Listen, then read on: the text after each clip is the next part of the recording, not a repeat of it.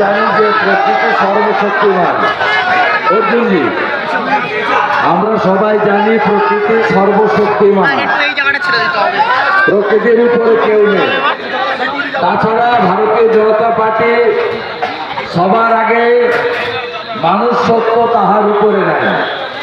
গত 1-1.5 মাস 2 মাস ধরে গরমে মানুষ ভীষণ কষ্ট পাচ্ছে।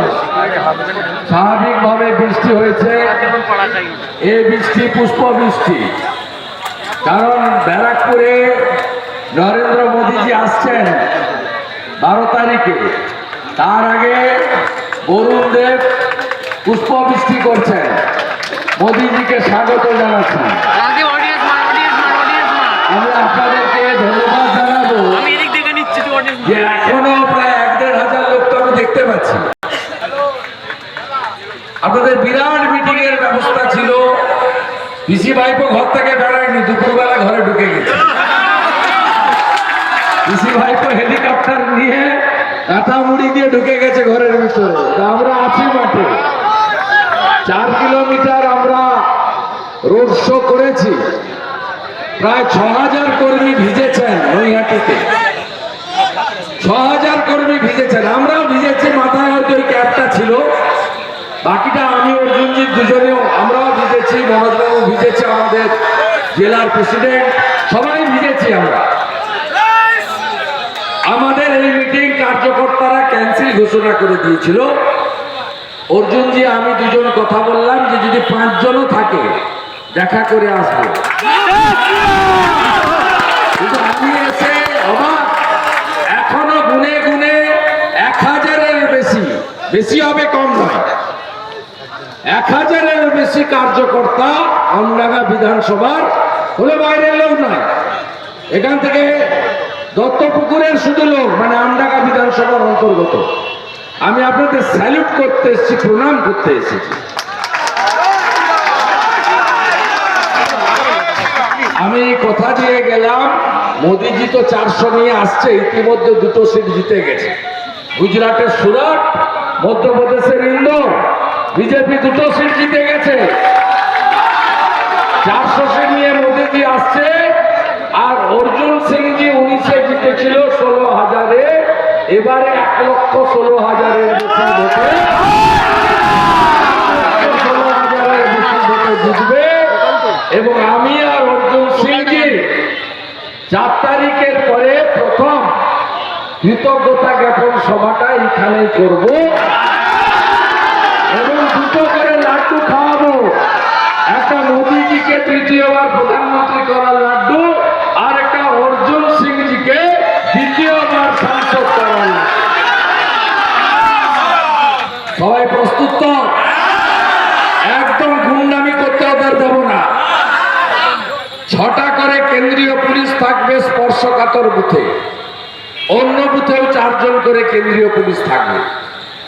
কেন্দ্রীয় নিরাপত্তা বাহিনী 23 তারিখ সন্ধ্যার পর থেকে পুরো এলাকার দায়িত্ব নেবে। রাজ্য পুলিশের ভূমিকা এখানে নেই। 20 তারিখে ভোট, 18 তারিখ সন্ধ্যে 6টার পরে। আমি এই 5ম 6ষ্ঠ ফেজ বলে ফেলেছি। আপনাদের 5ম ফেজে ভোট, 18 তারিখ সন্ধ্যে 6টায় প্রচার শেষ, 20 তারিখে ভোট। সব বুথে ওয়েব ক্যামেরা এবং দিল্লি থেকে মনিটরিং হবে। আমডাঙ্গাতে যে গুন্ডামিটা ওরা করে এবারে হবে না, একদম করতে পারবে না। আর আমি আমডাঙ্গা এবং দত্তপুকুরে এর আগেও এসেছি, আপনারা জানেন। এই বিধানসভার অন্তর্ভুক্ত একটি গ্রামে বোমা বিস্ফোরণে অনেকে মারা গেছিলেন। আমি সংখ্যালঘুদের বলবো, মমতা ব্যানার্জি সবচেয়ে ক্ষতি আপনাদের করেছে। সেই রামপুরহাটের বক্তই হোক, গার্ডেন বিচে বিল্ডিং ভেঙে পড়া হোক, গরিব মুসলমানদের মেরেছে এই মমতা ব্যানার্জি। তাই মমতা ব্যানার্জির প্রার্থী, তাকে হারাতে হবে। ও কি বলছে? ও 2টো কথা বলছে। এই পার্থ ভৌমিক ভাইপোর টেনিয়া ইরিগেশনের মাল কানেকশন করে 2টো কথা বলছে। একটা কি বলছে? বলছে গুন্ডা হটাবে বারাকপুর থেকে। আরে আপনি তো সবচেয়ে বড় গুন্ডা। কে বলেছে?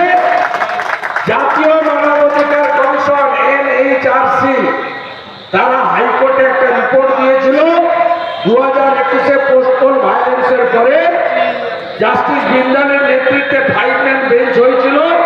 তারা জাতীয় মানবাধিকার কমিশনের 5 ম্যান টিমকে ইনভেস্টিগেশনের দায়িত্ব দিয়েছিল।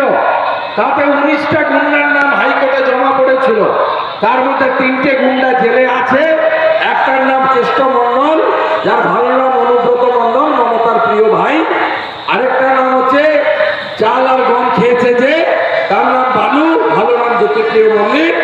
আরেকজন মাঝরাতে যে পিঠা খেত, তার নাম হচ্ছে শেখ শাহজাহান। 3টে জেলে গেছে। আর বাকি 16টা যে বাইরে আছে, তার মধ্যে পার্থ ভৌমিক একটা বড় গুন্ডা, কিছুদিনের জন্য বাইরে আছে।